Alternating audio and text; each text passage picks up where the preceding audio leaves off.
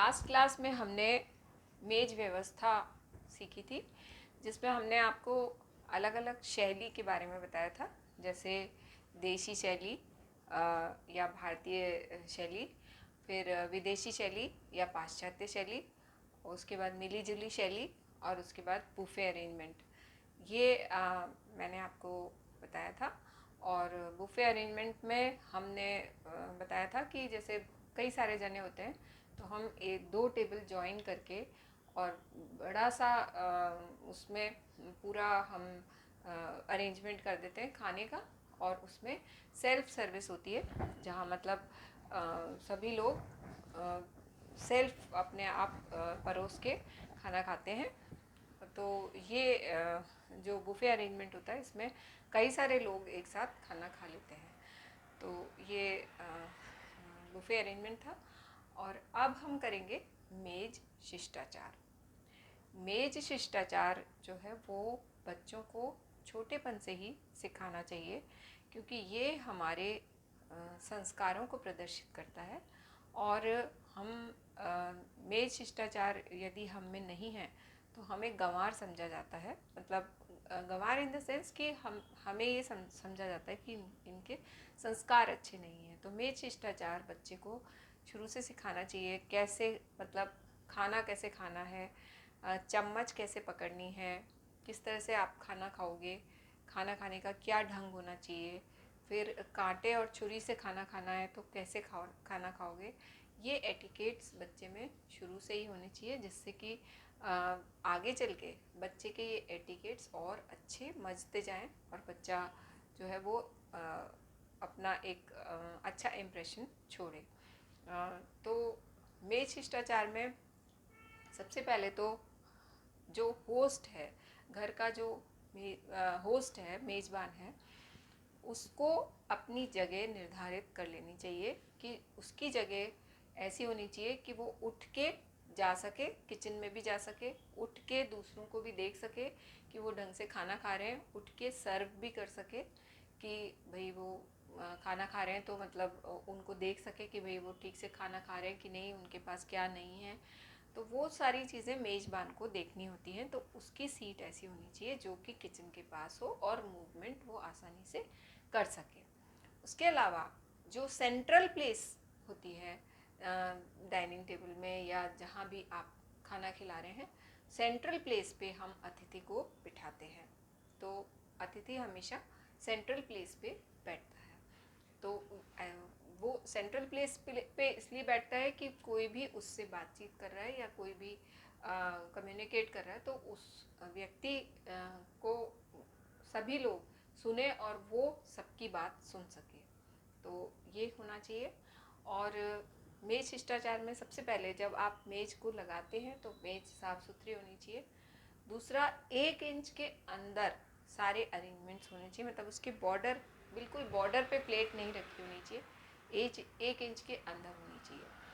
अगर आपने पहले, आप जब डाइनिंग टेबल लगाते हैं तो उसमें प्लेट्स, कटोरी, चम्मच सब कुछ आप अरेंज करके रखते हैं, तो उसमें जब आप ग्लास रखते हैं, वो ग्लास या तो ऊपर से कोई कवर से या किसी चीज़ से ढका हुआ होना चाहिए, या ग्लास उल्टा होना चाहिए, ग्लास खुला नहीं होना चाहिए।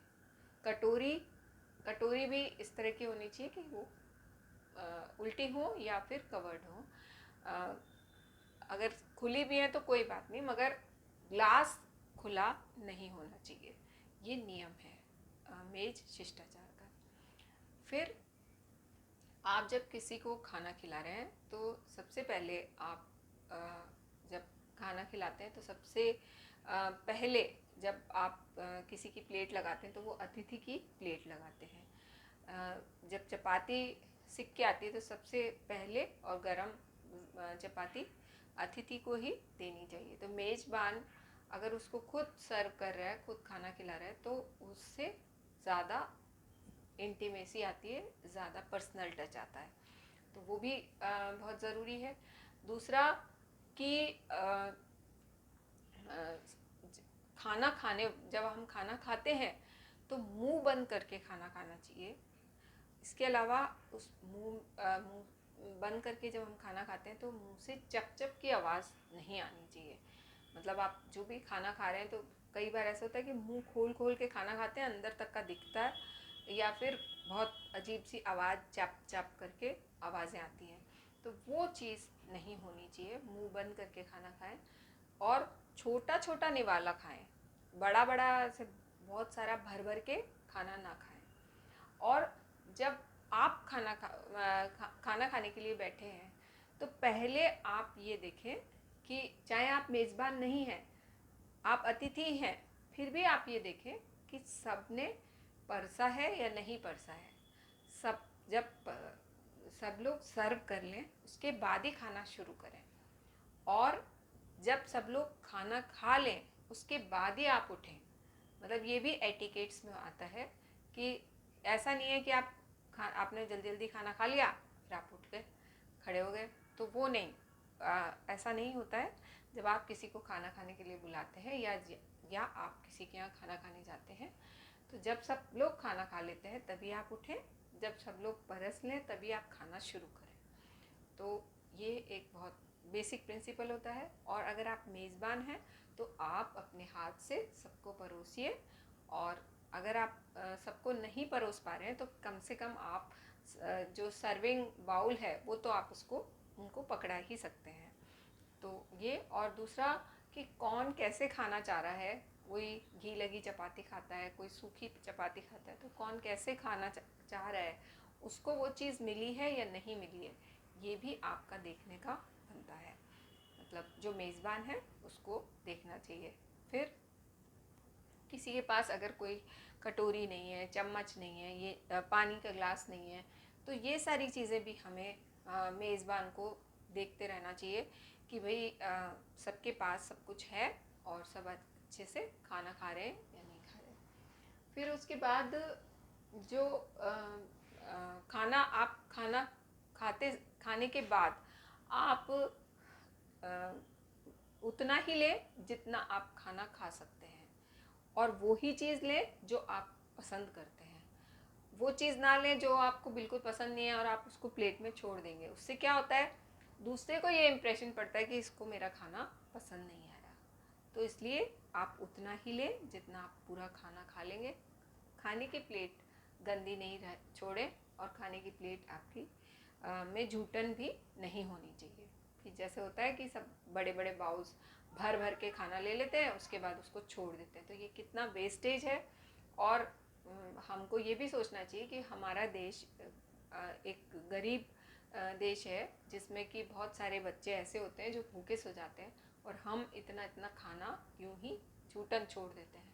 तो जूठन हम ना छोड़ें, और हमारी प्लेट भी एकदम साफ़ सुथरी होनी चाहिए। हमारे हाथ, मतलब खाना आप ऐसे खाएं कि हाथ बिल्कुल भी गंदे नहीं हो। आप स्पून का इस्तेमाल करें, नैपकिन का इस्तेमाल करें, पर आपके हाथ गंदे नहीं होने चाहिए। कोई भी चीज़ आप खाएं तो आप ये ध्यान में रखें कि आपकी ड्रेस पे कोई चीज़ नहीं गिरनी चाहिए। पानी का ग्लास अगर आपके पास में रखा है तो आप अपना हाथ रख के टेबल पे ना बैठें। कई बार ऐसा होता है कि कोहनी से ही वो ग्लास गिर गया, तो वो मतलब दूसरे के लिए बड़ा एम्बैरेसिंग हो जाता है। तो इसलिए पानी का ग्लास का आप ध्यान रखें कि वो लुढ़के नहीं, और खाना जो भी आप खाएं तो वो उतना ही लिमिटेड लें अपनी प्लेट में, और हो सके तो आप बाउल्स में लें, प्लेट गंदी ना छोड़ें। इस तरह का आपका खाने का होना चाहिए। कहीं भी आप जा रहे हैं या आप रोज़ में भी खाते हैं तो इसी तरह से खाना खाएं।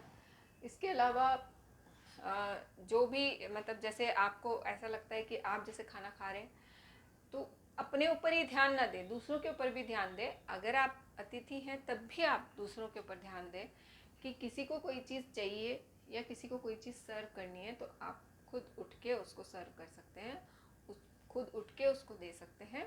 तो ये चीज़ें होनी चाहिए।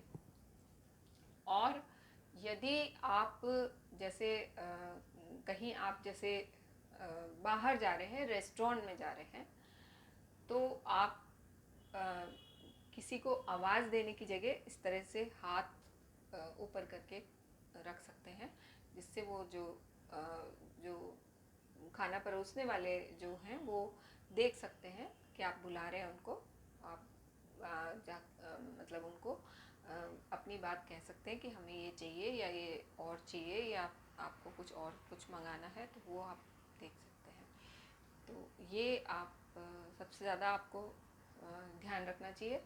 इसके अलावा आपका मतलब जो आप टेबल पे बैठे हैं तो टेबल पे जो अगर कोई आपने पुष्प सज्जा की है, पहली बात तो जब खाने की टेबल है तो उस पर पुष्प सज्जा बीच में तो बिल्कुल नहीं होनी चाहिए, साइड में होनी चाहिए या दूसरे स्टूल पे होनी चाहिए, वहाँ पर नहीं होनी चाहिए।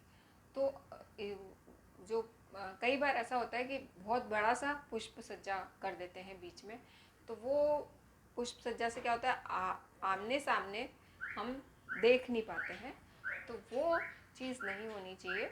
अगर आपने पुष्प सज्जा भी की तो बहुत लो हाइट की पुष्प सज्जा होनी चाहिए। दूसरा, आप ये चीज़ ध्यान रखें कि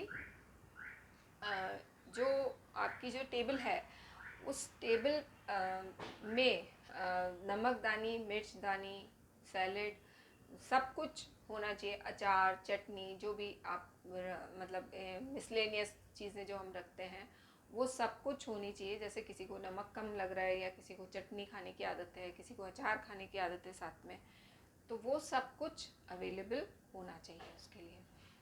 और फिर और ये चीज़, ये इम्प्रेशन बिल्कुल नहीं होना चाहिए कि इसको तो अपना लग रहा है कि मैं खाना खा लूँ, ऐसा नहीं होना चाहिए। आप ग्रुप में बैठे हैं, ग्रुप की तरह ही बिहेव करिए, ग्रुप की तरह ही आपको दूसरों का भी सोचना चाहिए कि भाई, और जो आप बातचीत करते हैं तो कोई हॉट डिस्कशन नहीं होना चाहिए या कोई डिबेट या कोई इस तरह का कुछ नहीं होना चाहिए। खुशनुमा वातावरण होना चाहिए। बात भी करें तो आप हंसते, हल्की फुल्की हंसते हंसते बात करें, और बहुत ज़्यादा बात ना करें जिससे कि आपके गले में अटक जाए या ऐसी प्रॉब्लम आ जाए, तो इस तरह की बात भी ना करें।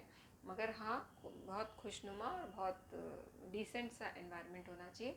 और उसमें मैंने आपको बता ही दिया कि कैंडल लाइट डिनर भी हो सकता है, या कोई भी लाइट म्यूज़िक आप चला सकते हैं, या मतलब कैसे भी करके आपको वो एनवायरनमेंट जो है वो बहुत लाइट और बहुत रिलैक्सिंग लगना चाहिए, जिससे उनको बहुत अच्छा लगे। जो आपके घर में जो खाना खाने आए हैं उनको खाना तभी अच्छा लगेगा जबकि आपका वातावरण बहुत अच्छा होगा। आप ढंग से उनको अटेंड करेंगे, ढंग से उनको खाना खिलाएंगे, तभी उनको खाने का मज़ा आएगा। तो ये चीज़ें हमें ध्यान रखनी चाहिए, और इन चीज़ों को अगर हम ध्यान रखेंगे तो ये टेबल एटिकेट्स जो है ये हमारे संस्कारों में जुड़ते हैं। तो हम अपनी फैमिली को, अपने संस्कारों को उनके आगे रिप्रेजेंट करेंगे या हमारे अतिथि के आगे रिप्रेजेंट करेंगे। तो ये चीज़ हमें ध्यान रखनी